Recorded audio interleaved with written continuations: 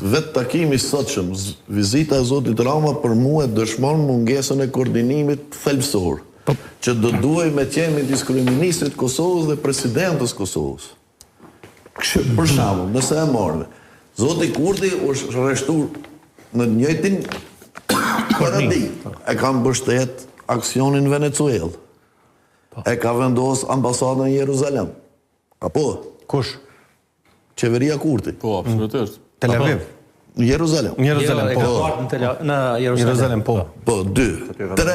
Në konfliktin Izrael-Palestinë e ka konfiguru si konflikt, si karakter humanitar. Paka shumë se ka qëndrimin amerikan. Si administrata Trump.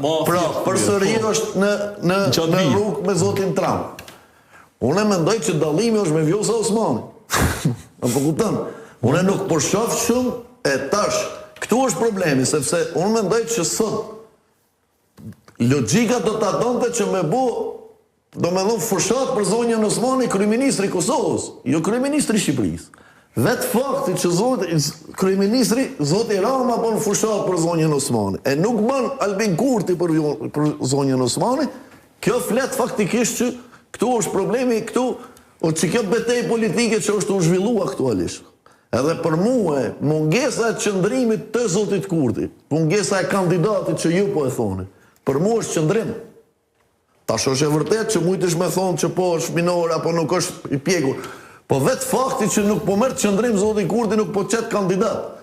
Për mua është qëndrim politik që nuk po e mbështet zonjën Osmani. Edhe çështja e bordit paqes. Pra mua nuk po mdoket që zoti Kurti nuk është i rreshtuar shumë me administratën Trump.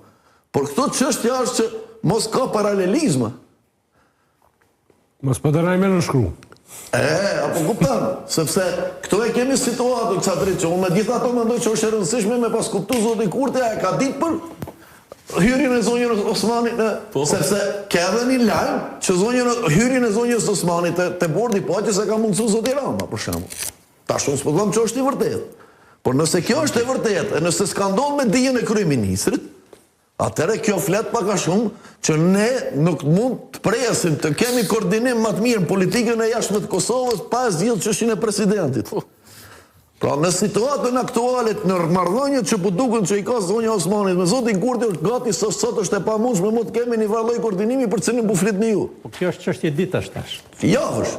Apo kupton? Jo, unë po mendoj që pranë tash varet. Sepse nëse kemi një president, dhe po e mbyllim me këtë, nëse kemi një president që po i përshtatet zotit Kurti nesër, atëherë ndoshta edhe do të mund të kemi nesër një marrëdhënie më të parafort edhe një kohezion më të mirë presidents kryeministër. Por ndoshta po mendohet që rizgjedhja e zonjës Osmani është ndoshta edhe mundësia vetme për me marrë një barazpesh midis presidentit nesër dhe kryeministrit.